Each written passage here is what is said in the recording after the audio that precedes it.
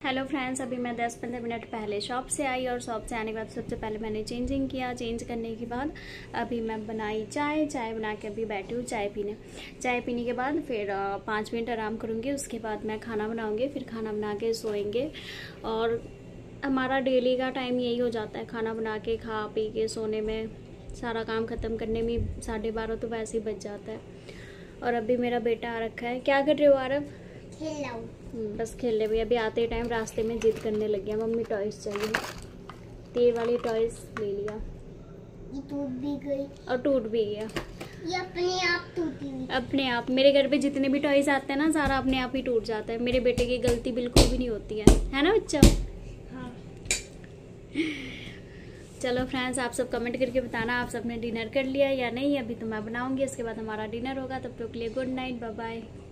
मिलते हैं कल बहुत अच्छी सी वीडियो के साथ। बाय।